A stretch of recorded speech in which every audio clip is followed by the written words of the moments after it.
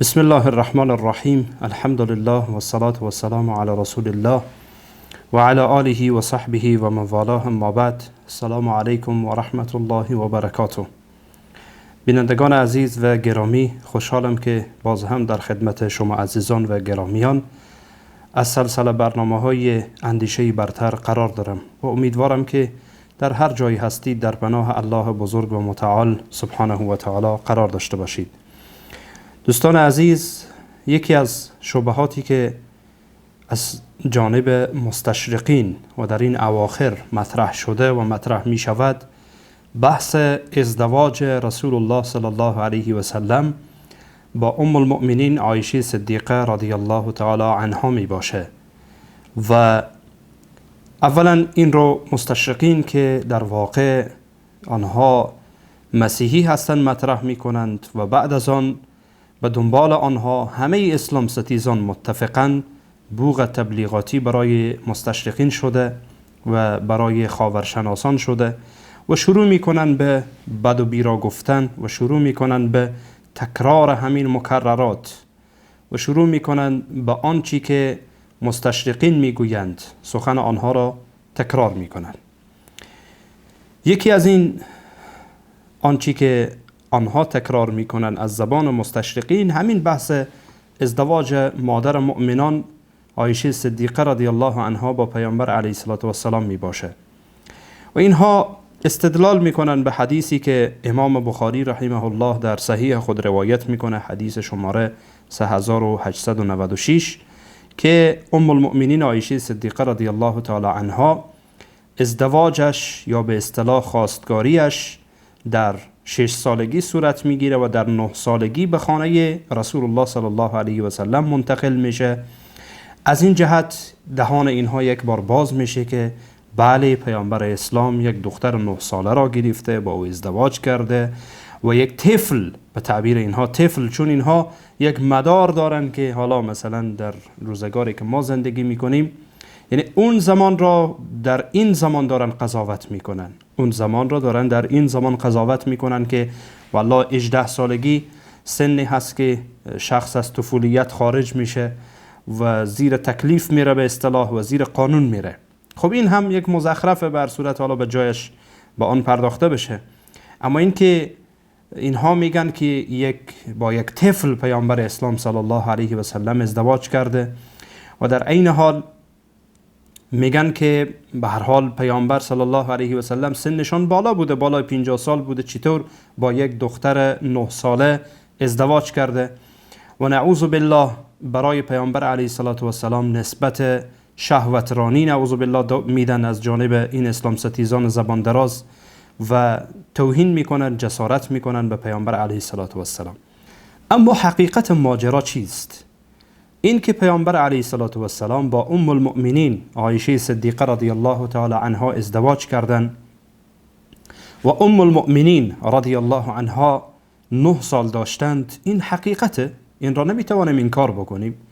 گرچه برخی آمدن این را به شکلی برای از آنجایی که از جانب مستشرقین مباحث مطرح میشه و از جانب مستشرقین شبهه انداخته میشه، تلاش میکنن که با برخی از روایات ضعیف تاریخی این روایات صحیح را بپوشانند و بگن که نه، ام المؤمنین عایشه صدیقه رضی الله عنها وقتی با پیامبر علیه السلام ازدواج کرده 18 سال داشته و این حقیقتا امر درست نیست و امر صحیح نیست، بلکه آنچی که صحیحه و آنچی که درسته، ام المؤمنین عایشه صدیقه رضی الله عنها 9 سال داشته که به خانه شوهر منتقل شده، به خانه رسول الله صلی الله علیه و سلم و به یکی از حجرات پیامبر علیه السلام منتقل شده.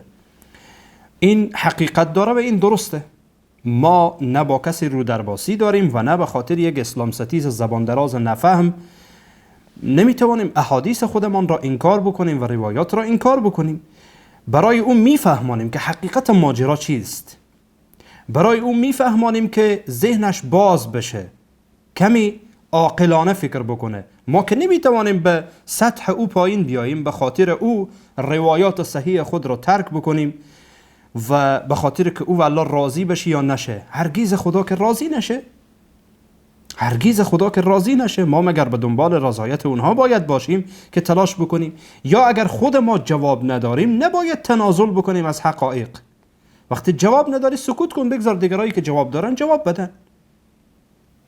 خب یک سری روایات تاریخی که صحت نداره تو میای روایات صحیحی که در کتب صحیح مانند صحیح بخاری آن را انکار میکنی؟ عجیبه والله. خب حالا دوستان عزیز، اینجا بحث من این نیست و اگر خواسته باشیم این قضیه را بررسی بکنیم خیلی واضح و شفافه و مسئله نیاز به واکاوی داره در حقیقت که در یک برنامه مستقل صحبت بشه و روایات تاریخی که اینها استدلال میکنن آنها جواب داده بشه به هر ترتیب. حالا شبهه را فهمیدید، میایم در پاسخش. اولا برای اسلام ستیز و برای این مستشرق باید گفت که این ازدواج با اختیار تام از جانب شوهر و از جانب زن و از جانب خانواده هایشان صورت گرفته. یعنی ازدواج هایی که امروز صورت میگیره، مثلا یک پیرمرد فرتوت را برایش یک دختر خردسن را به خاطر پول و به خاطر جایگاه و به خاطر منالش و به خاطر قرضداری پدر دختر میده به این مرد، در حالی که اون دختر راضی نیست، در حالی که این مرد لیاقتش را نداره، این بدون شک و تردید ربطی به این ازدواج نداره. فهمیدید؟ خب گوشایتان را باز کنید، چون از این قضیه دارن سوء استفاده میکنن. یعنی برخی از مسائلی که در کشور افغانستان، در ایران، در تاجیکستان، در کشورهای دیگر اتفاق میفته، آنهایی که مخاطب ما هستن اتفاق میفته، اینها را میکشانن. بله ببینید این اصل داره. کجاست اصلش؟ ازدواج پیامبر علیه السلام با ام المؤمنین عایشه صدیقه رضی الله عنها. در واقع این غلط فهمی اینها از اینجا شروع میشه. ازدواج رسول الله علیه السلام با ام المؤمنین عایشه صدیقه رضی الله تعالی عنها با رضایت دختر که ام المؤمنین باشه و با رضایت خانوادهش و با رضایت پیامبر علیه السلام، با رضایت خانواده دختر و خانواده در واقع پیامبر علیه السلام اتفاق افتاده. یعنی امری بوده که کاملا واضح و شفاف بوده. این یک. ثانیاً برای اسلام ستیز میگیم که تو چرا سرک میکشی در زندگی خصوصی دیگران؟ مادامی که رسول الله علیه السلام که مرد هستند راضیان و ام المؤمنین عایشه صدیقه زنشان هست راضیه، خانواده ها با هم راضیان، تو چی کار هستی که اینجا میایی سرک میکشی به زندگی خصوصی دیگران؟ کی برای تو این اجازه را داده که به زندگی خصوصی دیگران سرک بکشی؟ اینها جوابات الزامی دوستان عزیز. ما میرسیم به اصل موضوع. ثالثاً ام المؤمنین عایشه صدیقه رضی الله تعالی عنها همیشه از این ازدواج خود اظهار رضایت کرده و همیشه خوشنود بوده. مدت تقریباً 47 سال بعد از پیامبر علیه السلام ایشان زنده بوده و حیات داشتن و در این مدت همیشه خوشحال بوده و همیشه افتخار کرده که همسر پیامبر صلی الله علیه و سلم و مادر مؤمنان بوده و این مدال بزرگ از جانب الله به او داده شده که الله فرموده و ازواجه امهاتهم، زنان پیامبر مادران مؤمنین هستند. این مدال افتخار را همیشه با خود داشته و با آن فخر کرده. از جمله حدیثی که امام مسلم رحمه الله در صحیح خود روایت میکنه، حدیث 1423، ام المؤمنین عایشه صدیقه رضی الله تعالی عنها میگه که پیامبر علیه السلام در شوال با من ازدواج کردن و در شوال من به خانه پیامبر منتقل شدم. فأی نساء رسول الله صلی الله علیه و سلم کان احظى عنده منی، میگه که کدام یکی از زنان پیامبر علیه السلام اینطور محبت داشته در نزد رسول الله و بهره زیاد در نزد رسول الله صلی الله علیه و سلم مانند من داشته. افتخار میکنه محبتی که پیامبر علیه السلام به او دادن و از این زندگی مشترک خود برای همیشه افتخار میکرده و فخر میکرده، علی رغم چشمه های باز و زبان دراز اسلام ستیز و مستشرق. مسئله دیگری که در اینجا مطرح میشه دوستان عزیز، ببینید شما اینها قضیه شهوت و شهوترانی را مطرح میکنند و این نسبت ناروا را به پیامبر بزرگوار اسلام صلی الله علیه و سلم که پاک دامنترین انسان در روی زمین بوده به او نسبت میدن. ببینید میگن چرا با این دختر خردسن پیامبر علیه و سلام ازدواج کرده و هیچگاه این اسلام ستیز زبان دراز این حرف را نمیگه که چرا پیامبر اسلام صلی الله علیه و سلم تا 25 سالگی با هیچ احد ازدواج نمیکنه و هیچگاهی هم از او یعنی کوچکترین خطایی سر نمیزنه در طول این 25 سال، در حالی که در منطقه گرمسیر مکه پیامبر علیه و سلام زندگی میکنن و طبیعتا مناطقی که گرمسیره شهوت بیشتره. در 25 سال هیچ حرفی در مورد پیامبر اسلام صلی الله علیه و سلم نیست. چرا اسلام ستیز زبان دراز این حرف را نمیگه که پیامبر اسلام صلی الله علیه و سلم در 25 سالگی با زن 40 ساله ازدواج میکنن؟ چرا این حرف را نمیگه؟ چون اگر بگه تمام بساطش جمع میشه. یک جوانی که در اوج غرور جوانی است با زن ازدواج میکنه که 40 سال داره و شما میدانید که غالبا زنها زودتر به سن فتور میرسن یا به اصطلاح از نظر شهوانی و از نظر مسائل جنسی ضعیف میشن. درسته؟ با زن پیامبر علیه السلام ازدواج میکنن که 15 سال از ایشان بزرگتره. با این زن چرا اسلام ستیز زبان دراز این را نمیگه که پیامبر علیه السلام 25 سال فقط با همین زن ادامه زندگی دادن؟ یعنی ام المؤمنین خدیجه الکبری رضی الله تعالی عنها، بعد از آن که خدیجه الکبری رضی الله تعالی عنها فوت میکنه پیامبر علیه السلام باز ازدواج میکنن. بعد از گذشت مدتی ازدواج میکنن با زنی که 5 سال از ایشان بزرگتره، ام المؤمنین ساله رضی الله تعالی عنها. چرا اسلام ستیز حرفی از اینها نمیزنه و هیچ حرفی از اینها اصلا مطرح نمیکنه؟ چون که مرض داره و غرض داره و نمیخواه که مردم حقایق را بفهمن.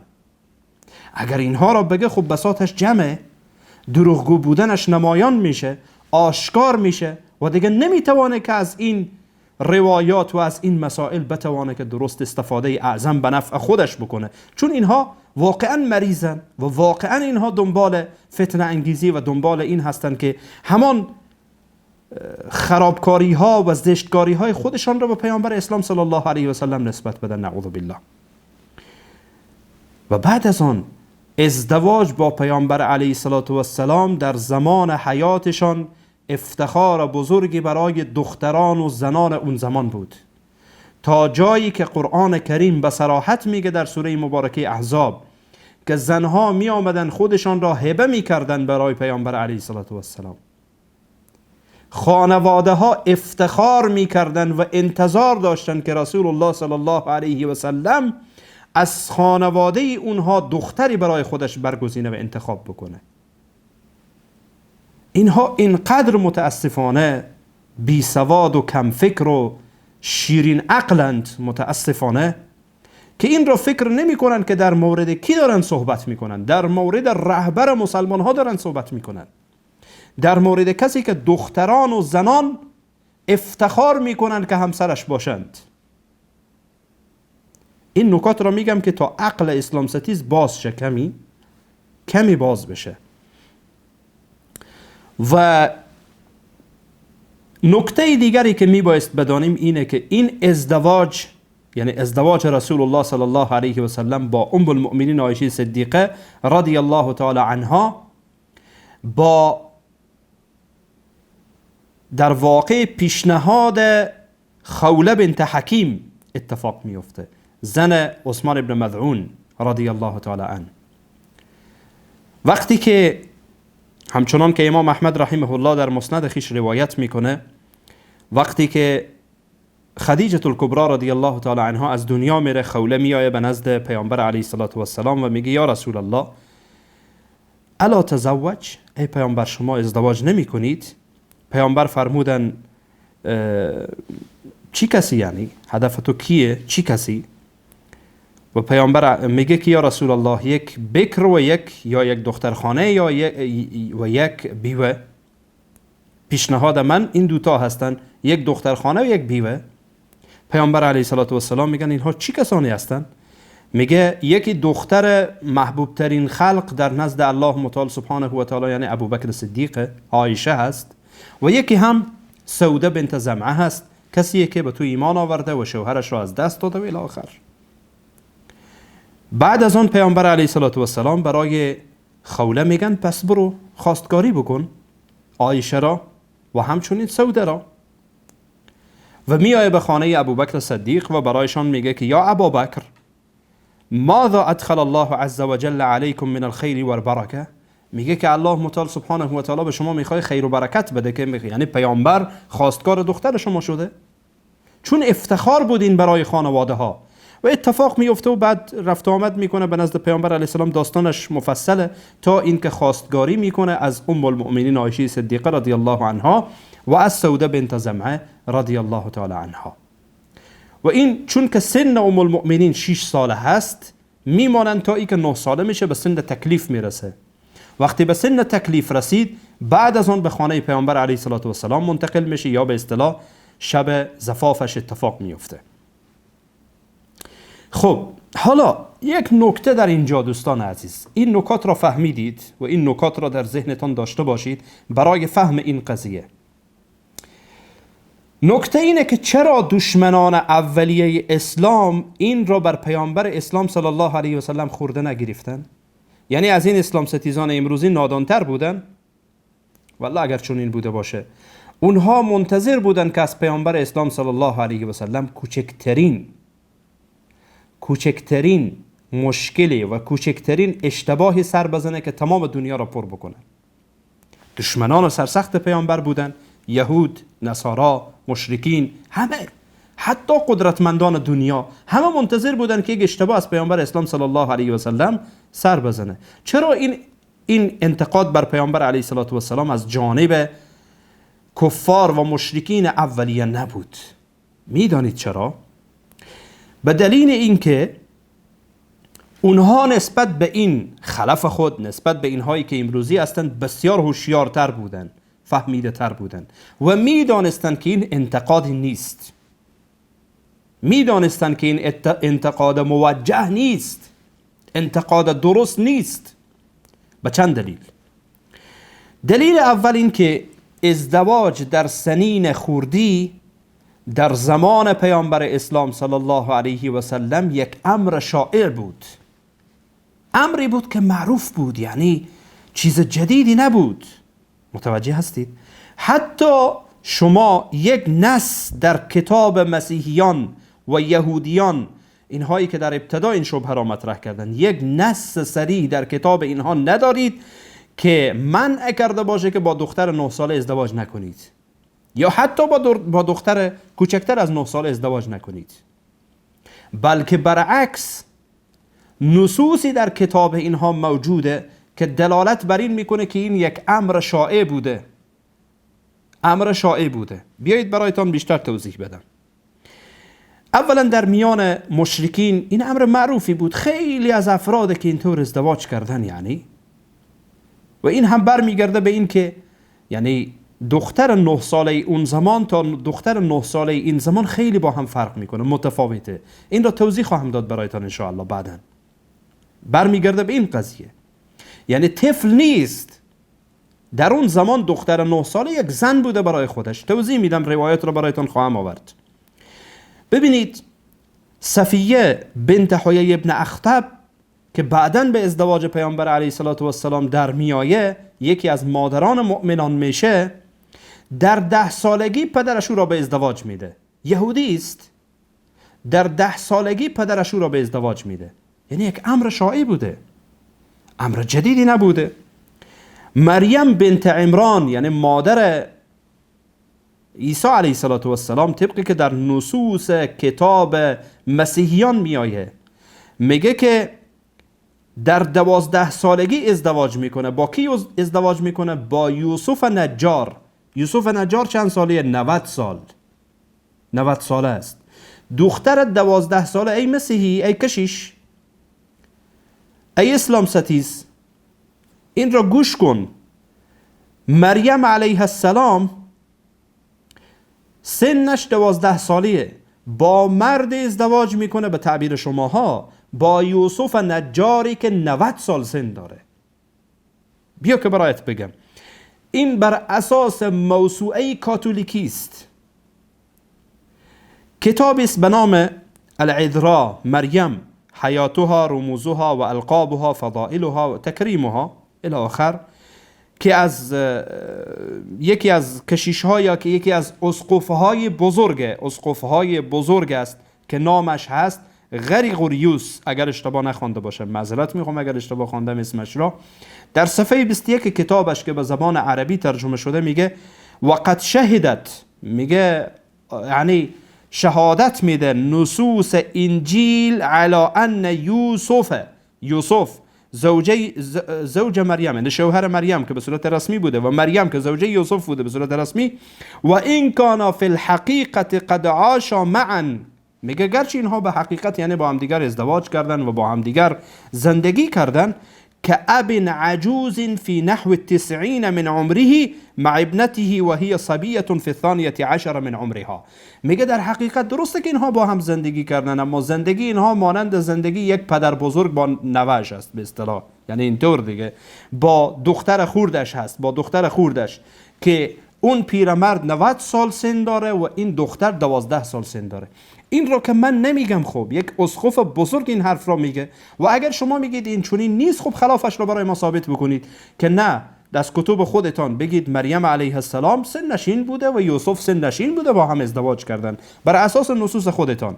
اما آنچه که برای ما اثبات شده و اسقف بزرگتان میگه و کتابهایتان در این باره ارائه میده اینه که مریم علیه السلام 12 سال سن داره، با یوسف نجار ازدواج میکنه در حالی که 90 سال سن داره. چرا شما این رو نمیگید؟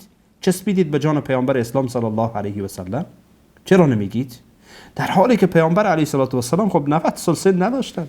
عجیبه. و این را هیچ وقت یک اسلام ستیز هم نمیگه، حتی همون دین ستیز هم نمیگه، همونی که میگه من با اسلام مشکل دارم، با مسیحیت مشکل دارم، با یهودیت مشکل دارم، اینها را نمیگه یا جاهل نسبت به اینها. فقط چسبیده به نام اسلام، فقط چسبیده دنبال اسلام که اسلام چنین کرد، اسلام چنان کرد، اسلام چنینه، اسلام چنانه. حتی برخی از این مسیحیان این حرفا را که نمیفهمند، بیایید من خطرناکتر از این را در کتابهایشان برایتان نشان بدم. ببینید دوستان عزیز، از 2 سفر از اسفار کتاب مقدس و اسفار عهد عتیق که پادشاهان دوم، یعنی هر دو یعنی در 2 فصل، یا به اصطلاح بگیم 2 فصل که در پادشاهان دوم، من برایتان نص را ارائه میکنم. ببینید در سفر دوم پادشاهان در باب 16 آیه 2 در مورد آحاز صحبت میکنه. میگه آحاز به 20 سالگی به پادشاهی رسید، 16 سال در اورشلیم حکومت کرد. یادتان باشه آحاز در 20 سالگی به پادشاهی رسید و چیکار شد؟ و 16 سال در اورشلیم حکومت کرد. بسیار خوب، مجموعاً شد 36 ساله. درسته؟ خیلی خوب. در 36 سالگی از دنیا میره. در 36 سالگی از دنیا میره. میگه بعد از آن فرزندش حزقیا که 25 ساله بود بر تخت نشست. این رو در کجا میگه؟ در فصل 18 میگه. در فصل 18 دوم پادشاهان آیه 2 در مورد حزقیا یعنی فرزندش صحبت میکنه. میگه 25 ساله بود که به تخت نشست و بعد از پدر خود نشست. بسیار خوب. پدرش 36 ساله بود که از دنیا رفت. بعد فرزند 25 سالش به تخت نشست. یعنی چی؟ یعنی که پدرش 11 ساله بوده که حزقیا به دنیا آمده. متوجه هستید؟ یعنی این ازدواج معروف بوده. ازدواج در سنین خردی معروف بوده. اینطور نبوده که حالا سن 34 و 35 و 40 برسه و 25 و 30 برسه بعد ازدواج بکنن. حتی در همین یادی ما، یعنی خیلی دور نریم، همین پدران ما زودتر ازدواج میکردن. اینطور نبود که مثل حالا باشه صبر بکنن 25 ساله بشن، 30 ساله بشن، 35 ساله بشن، 40 ساله بشن، بعد باز به فکر ازدواج بشن. اینطور نبودن. به هر ترتیب این در کتاب مقدس این هاست، والله این حرف من نیست. در مورد ازدواج ابراهیم در سال خوردگی، یعنی در بزرگ سنی، که با قطوره، اگر اسمش رو اشتباه نگم کنیزکی بود، که در فصل 25 سفر تکوین یا سفر پیدایش در موردش صحبت میکنه، با این ازدواج میکنه. در فصل 24 و 25 بخوانید این نکات را دقت میکنید در سفر تکوین یا پیدایش. و همچنین ازدواج داوود در سنین پیری و خیلی پیری، یعنی میگه در سال خوردگی شدید، با دختر جوان ازدواج میکنه. سفر اول پادشاهان، سفر اول پادشاهان باب اول یا فصل اول آیه اول. و همچنین در تلمود که به هر حال حالا خودش متنش و شرحش، حالا مشنا و جماران، در تلمود به سفر اعداد باب 31 آیه 15 از این لابلای این فصل و این آیه، یعنی ببینید باب یا فصل 31 آیه 15 بخوانید که وحشتناکه، که بکشید و ببندید و زنانشان را به کنیزی بگیرید و فلان کنید و این کنید و آن کنید. برید خودتان مراجعه کنید. سفر اعداد از اسفار توراته، از اسفار توراته. از این آیه، یعنی آیه 15 باب 31 استنتاج میکنه، میگه با دختر 3 ساله از مخالفین جواز داره ازدواج بشه یا با او همخوابی بشه. با دختر 3 ساله. متوجه هستید؟ الله المستعان. یعنی خیلی واضحه. میگه که من متن عربیش رو برایتان میخوانم، متن عربیش هم پیش من هست و متن عبریش و متن انگلیسیش. قال رابای یوسف، رابای یوسف میگه که تعال اسمع بنت 3 سنوات و یوم واحد تزوج و تجامع. میگه که دختر 3 ساله، دختری که 3 سال داشته باشه، با او ازدواج میشه و با او مجامعت میشه، با او مجامعت میشه. و ظاهرا یعنی این کارها صورت گرفته در دینشان، این کارها صورت گرفته و استنتاجشان هم از کتاب توراته، استدلالشان هم از لابلای کتاب تورات می باشه. سفر اعداد طبقی که به خدمتتان عرض کردم.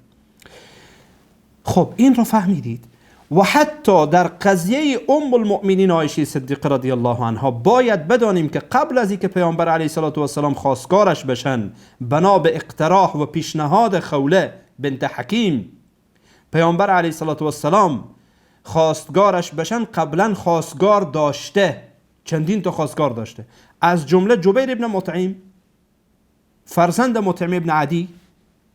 برید این روایتی، همین روایتی که در مسند احمد من قبلا به خدمتتان ارائه کردم که شماره‌اش رو هم نگفتم، حالا شماره‌اش رو بگیرید، 25769، یعنی شماره حدیث 25769.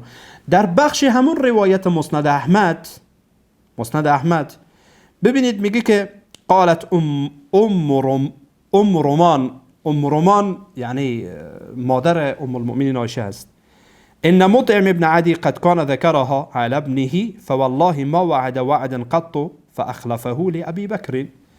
میگه که قبلا یعنی مطعم ابن عدی برای فرزندش عایشه را خواستگاری کرده.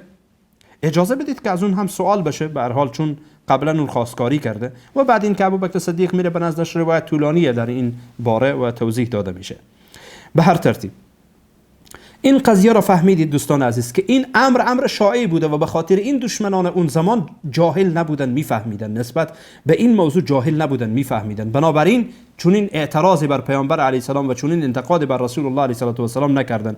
حتی همین مستشرقین بدبخت و خاورشناسان مسیحی، اینها کاش کمی عقل می‌داشتن، در واقع دارن دین خودشان را مورد نقد قرار میدن. متوجه هستید؟ مسئله دیگری که اینجا مطرح میشه دوستان عزیز و اون اینه که نظر به تغییر اقلیمی و زمان، دختران زودتر و دیرتر داره که به سن تکلیف میرسن. دختران آن زمان، یعنی دختران 9 ساله آن زمان برای خودش زنی بودن، برای خودشان زنی بودن. ام المؤمنین عایشه صدیقه رضی الله عنها خودش میگه، روایتی که امام ترمذی رحمه الله روایت میکنه، روایت شماره 1109، میگه که اذا بلغت الجاریه 9 سنین فهی امرأة. میگه که وقتی دختر به سن 9 سالگی میرسید اون زمان زن بود، یعنی که به سن تکلیف میرسید، برای خودش یک زنی بود. این قول ام المؤمنین عایشه صدیقه رضی الله تعالی عنها می باشه و حدیث هم صحیحه، در سنن ترمذی است، حدیث 1109. امام شافعی رحمه الله طبقی که امام ذهبی رحمه الله از اون نقل میکنه در سیر اعلام النبلا، البته امام ذهبی از دیگران نقل میکنه، میگه که من در یمن رأیت بالیمنی، میگه من در یمن دیدم دختران زیادی که در سن 9 سالگی حیض میشدن، یعنی به سن عادت ماهوار به سراغشان میآمد، به سن تکلیف میرسیدن. متوجه هستید؟ حتی تا به امروز برخی از اقلیم ها و برخی از جاها هست که دختران سفید پوست در 10 سالگی و 9 سالگی و 8 سالگی به سن تکلیف میرسن. و من انشاءالله در اخیر صحبت خودم ویدیویی را برایتان قرار میدم، یکی از محققین بریتانیایی یا انگلیسی که با زبان انگلیسی صحبت میکنه و زیرنویس عربی است، ویدیویش را در این باره برایتان پخش میکنم انشاءالله، خودتان ببینید.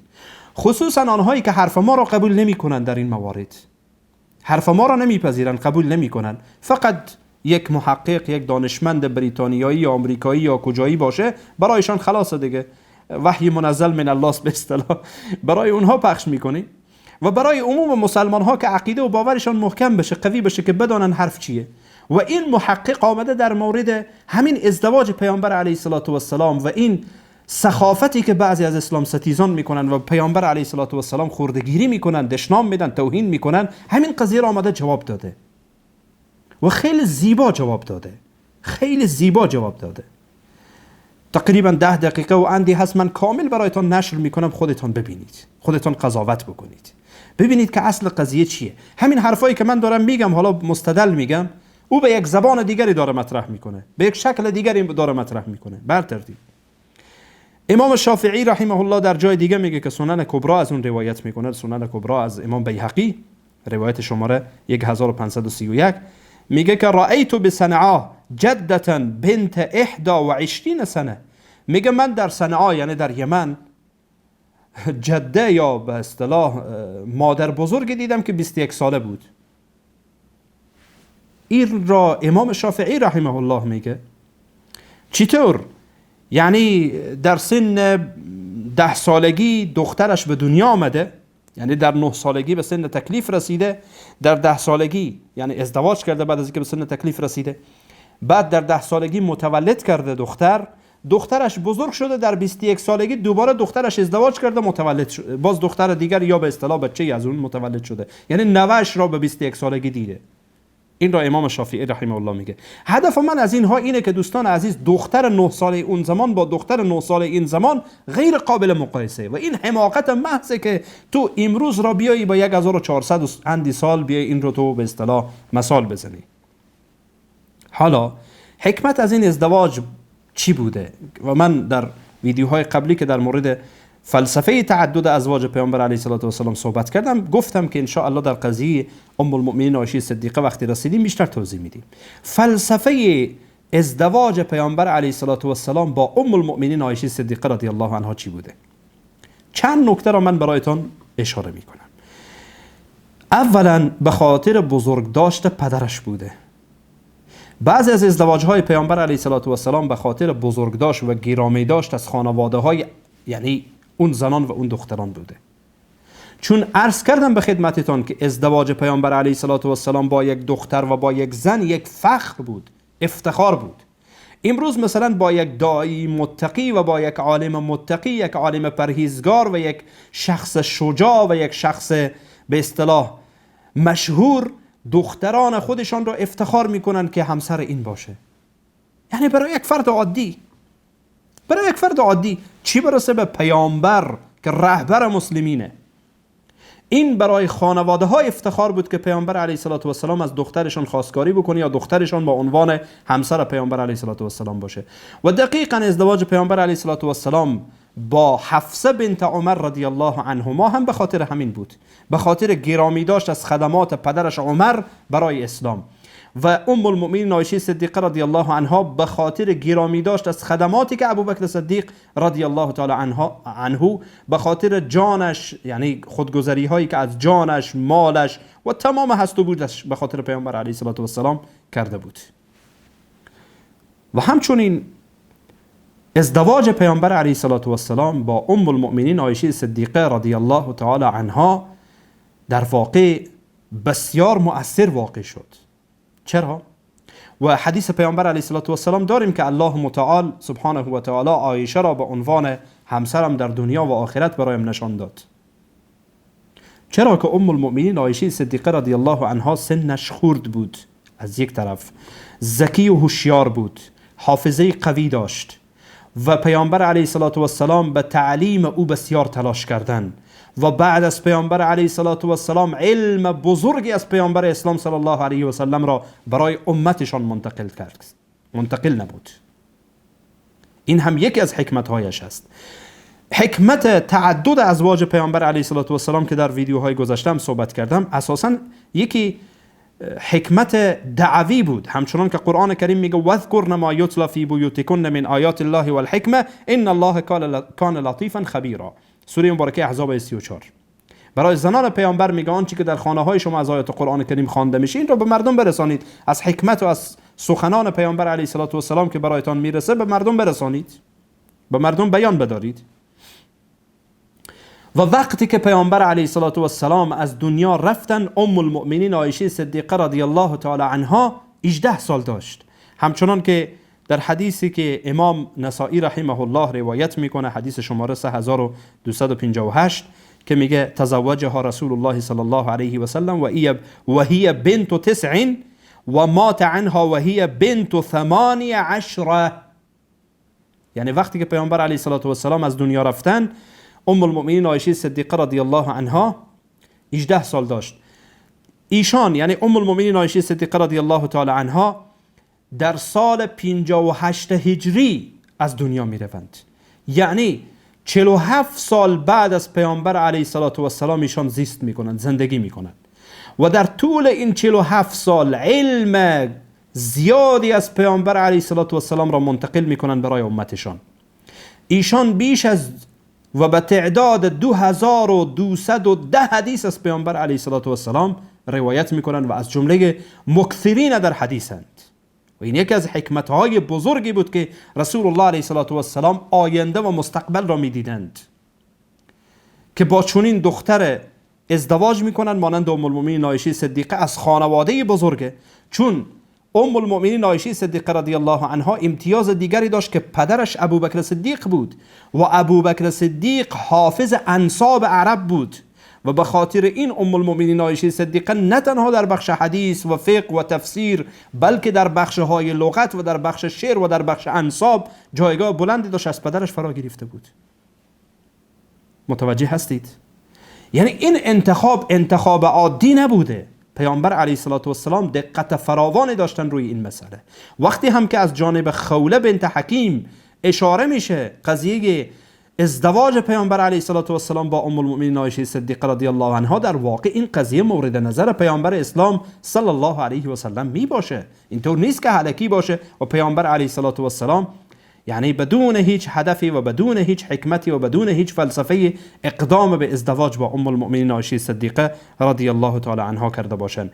امام زهری رحمه الله میگه که همچنان که امام ابن حجر در الاصابه میگه، نقل میکنه از امام زهری، میگه اگر علم عایشه رضی الله تعالی عنها در میان علم بقیه امهات المؤمنین جمع بشه، یقینا که علم عایشه رضی الله عنها از همهشون بیشتره.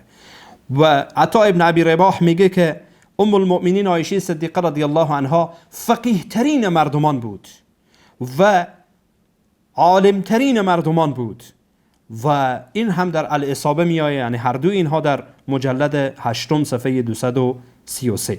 و شکی نیست که همچنان که عرض کردم به خدمتتان ام المؤمنین عایشه صدیقه رضی الله تعالی عنها همین امتیازات را داشت، غیر از این که در خانه پدر مانند ابوبکر صدیق داشت، در خانه رسول الله صلی الله علیه و سلم تحت تربیت پیامبر علیه السلام قرار گرفت و از آن آوان یعنی نوجوانی شروع شد و پیامبر علیه السلام برایش تعلیم میدادن، دین را برایش یاد میدادن و جمله فقها و جمله بزرگان اسلام شد. ام المؤمنین عایشه صدیقه رضی الله تعالی عنها، حتی تا جایی که ابو موسی اشعری رضی الله تعالی عنه، صحابه جلیل القدر پیامبر، میگه که آنچه که بر ما صحابه چیزهای اشکال پیدا میشد، یعنی در کدام حدیثی برای ما مشکل ایجاد میشد، فسألنا عایشه، ما از عایشه رضی الله عنها سوال میکردیم، مگر ای که به نزد عایشه ما علمش را میافتیم، همچنان که امام ترمذی رحمه الله این را نقل میکنه از ابو موسی اشعری رضی الله تعالی عنه.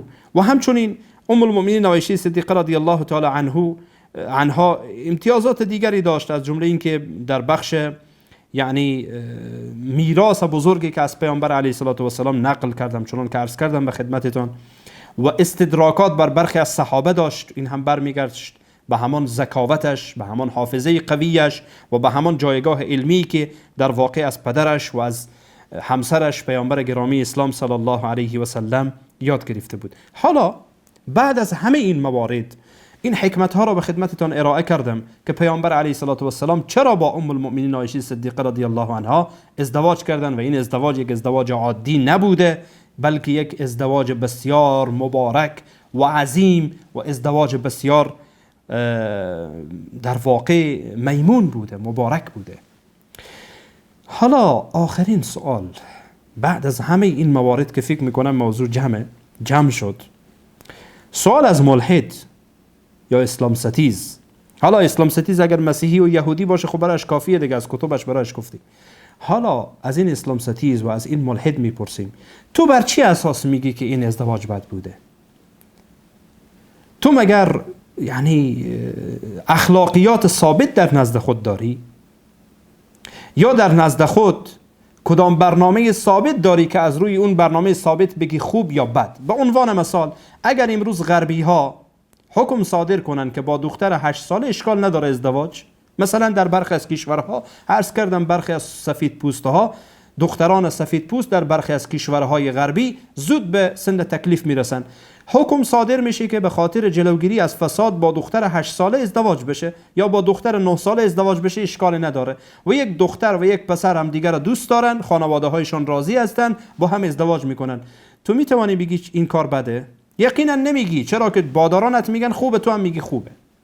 حالا چون بادارانت بعضی ها میگن 18، بعضی ها میگن 16، میبینید که سالها فرق میکنه. یعنی هر روز باز کشورها هم وقتی که مشکلات را میبینن طبیعتا سن ازدواج را میارن پایین، سن ازدواج را میارن پایین، 16 سال میارن، چند سال بعد میاره مثلا 14 سال، 12 سال، میاره 10 سال. تو باز آن وقت چی میگی؟ میگه آن وقت دیگه من به هر حال حرفی ندارم، اونها تصمیم گرفتن، منم مشکل نداره. ما برایش میگیم که چرا پس در مورد پیامبر اسلام صلی الله علیه و سلم چون این زبان درازی و از عقلت استفاده نمی کنی، از شعورت استفاده نمی کنی، زبان درازی میکنی بر علیه بهترین خلق محمد رسول الله صلی الله علیه و سلم. به هر ترتیب برای این اسلام ستیز و برای اینی که عقلش به دست غربی هاست، من ویدیو را نشر میکنم، خودش ببینه و خودش قضاوت بکنه و برادران و خواهران مسلمان ما هم این را ببینن، کسانی که زبان انگلیسی میدانند و یا عربی که زیرنویس میبینند، این را حتما تماشا بکنید. آنچه که من گفتم یعنی خلاصش را به شکل دیگری و به زبان دیگری این محقق انگلیسی یا بریتانیایی اشاره میکنه. ویدیو را برایتان نشر میکنم، اما من از خدمتتان در این بخش رخصت میشم. جزاکم الله خیرا و بارک الله فیکم از حسن استماعتان. الله متعال سبحانه و تعالی در عمرتان و در وقتتان برکت بده و در پناه حضرت ایزد متعال سبحانه و تعالی باشید. الله متعال یار و مددگارتان باشه. ویدیو را ببینید و بعد من دیگه از خدمتتان رخصت میشم. به هر حال خودتان ویدیو را ببینید. جزاکم الله خیرا و بارک الله فیکم. السلام علیکم و رحمت الله و برکاته. Was Muhammad a paedophile? The short answer is no. But this highly offensive question is asked increasingly these days, particularly on social media and by Christians, missionaries who, in my experience, taunt Muslims with this accusation that Muhammad was a paedophile. And this in particular is because of his marriage to Aisha. But when you look at the historical evidence presented in context, we find that this allegation is in fact baseless, and that's what I intend to do now, briefly. Scholars disagree concerning the age of Aisha when she married the Prophet, the earliest estimate being that she was 9 years old. This means that the marriage contract was ratified after Aisha reached puberty, which was considered adulthood in ancient Arab society. A marriage between an older man and a younger woman was customary and socially appropriate in that era, considering that such marriages were an important means of survival in a harsh desert environment and that people had a much lower life expectancy than they do have today. Professor Colin Turner of the University of Durham here in England, he is an expert on Islam in the Middle East Studies Department, explains the context of the Prophet's marriage. He writes, "A marriage between an older man and a young girl was customary among the Bedouins, as it still is in many societies across the world today. It was not unheard of in Muhammad's time for boys and girls to be promised to each other in marriage almost as soon as they were born, particularly if the union was of direct political significance to the families concerned. However, such marriages were almost certainly not consummated until both parties had entered adulthood, which Arabs in the 7th century tended to reach at an earlier age than Westerners today. It is highly unlikely that Muhammad would have taken Aisha into his bed until she was at least in her early teens, which was wholly in keeping with the customs of the day and in context not in the least improper." That's Professor Colin Turner, Islam, the Basics, published by Routledge, 2006, pages 34 to 35. The scholar of religions, Karen Armstrong, she's a very distinguished and accomplished publisher on Islam, Christianity, Judaism, Buddhism. In her biography of the Prophet, writes, "There was no impropriety in Muhammad's betrothal to Aisha. Marriages conducted in absentia to seal an alliance were often contracted at this time between adults and minors who were even younger than Aisha. This practice continued in Europe until well into the early modern period. There was no question of consummating the marriage until Aisha reached puberty, when she would be married off like any other girl." End quote. That's from her Muhammad, A Prophet for Our Time, published by HarperCollins. Interestingly, Christian tradition records a similar marriage between, can you guess, the much older Joseph to the young Virgin Mary. And this is even more extreme. The Catholic Encyclopedia says of Joseph, "A year after his wife's death, as the priests announced through Judea that they wished to find in the tribe of Judea a respectable man to espouse Mary, then 12 to 14 years of age, Joseph, who was at that time 90 years old, went up to Jerusalem among the candidates." That's the Catholic Encyclopedia in New Advent website, 1995. So she may have been as young as 12 and he may have been as old as 90. Christians cannot possibly use the Prophet's marriage to condemn Islam, for if they do so, they would have to condemn Joseph, Saint Joseph, the husband of the Virgin Mary, and I can't imagine they would ever do that. But interestingly, marriage in Islam is not simply about sex. It's a spiritual agreement based, as the Quran puts it, on love and mercy. In Surah 30, verse 21, it reads, "He, God, created spouses from among yourselves for you to live with in tranquility. He ordained love and kindness between you." So this is what God has ordained for marriage. Ratifying a marriage contract does not necessitate sex. There is no evidence whatsoever that the Prophet had sex with Aisha before puberty. And that's a crucial point. And just to emphasize that point, just to quote a couple of Western sources talking about the age of consent and marriage in the West, quoting from a textbook, Adolescence, Sexuality and the Criminal Law, a Multidisciplinary Perspective. It's a handbook discussing the regulation of adolescent sexual behaviour and provides lots of useful historical information. It's mainly written for the legal profession, for those interested in issues of criminality and the sexuality of children and adolescents. And it says on page 25, age of consent throughout history has usually coincided with the age of puberty, although at sometimes it has been as early as 7. Early on, age of consent was a familial or tribal matter and only became a legal one in the Greco-Roman period. The Roman tradition served as the base for Christian Europe as well as the Christian Church itself, which generally, essentially based upon biological development at 12 or even 14, but continued to set the absolute minimum at 7 years old.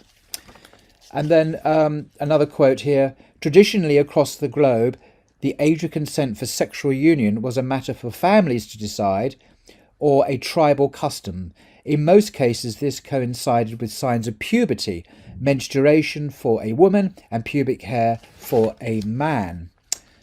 And then coming particularly to the United States, which really surprised me, in the 19th century, the usual age of consent in the United States was, believe it or not, 10 years.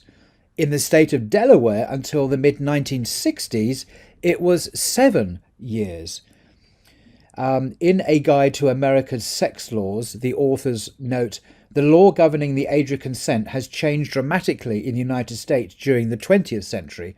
Most states codified a statutory age of consent during the 19th century, and the usual age was 10 years. Now, this is stated by Richard A. Posner. He was Chief Judge of the United States Court of Appeals. So that was his statement of the affairs. And then coming to Britain, according to British common law, during the colonial period, the age of consent was 7. Today, we are astounded that girls of this age were assumed to know enough about sex or about sin to make such a decision competently. But nevertheless, that was the reality. So age of consent laws are quite different from what they are today, clearly. So what, in the light of this, it cannot be said, coming back to Muhammad again, that there is any evidence at all that the Prophet committed paedophilia. Now, this was because the age of consent, the age of puberty, and the age of adulthood were all at the same time, the age of puberty. And Muhammad would have consummated the marriage several years after the betrothal, when she was technically an adult, when she was a woman, according to the customs and the historical context of the day. So it would have been an appropriate thing to do. So to summarize, the Prophet's marriage to Aisha was appropriate considering the circumstances of life in ancient Arabia. Their marriage was not based upon lust or abuse, but upon their shared spiritual mission to deliver these teachings of Islam to humanity, because Aisha went on to become one of the greatest scholars of Islam and a transmitter of knowledge of the Sunnah of the Prophet, particularly regarding women's matters, women's issues, and she's highly regarded even today for that knowledge. So I think that is, in a very rough way, in a very simple way, the reason why it is anachronistic, to put it politely. In other words, you're reading back our contemporary Western understandings, which are very historically relative, reading it back into history to other times and other cultures and judging those cultures. That's called anachronism, and it's not a good thing. It's an intellectual sin. Most cultures throughout history, in the Bible of course as well, the age of marriage was the age of puberty. If we condemn Muhammad, we condemn the Virgin Mary, we condemn Joseph, we condemn the vast majority of people throughout history for whom adulthood began at puberty. The bar mitzvah is another example, when boys and girls now, usually about 12, 13 years of age, are technically adults. They take on the burden of following all the commandments of the Torah. This is when they enter into the adult community. So it's a different age from the ever-increasing age, seems like, after ever-increasing increase in the age of marriage, and when childhood ends, we now have adolescence, which didn't exist before the 19th century.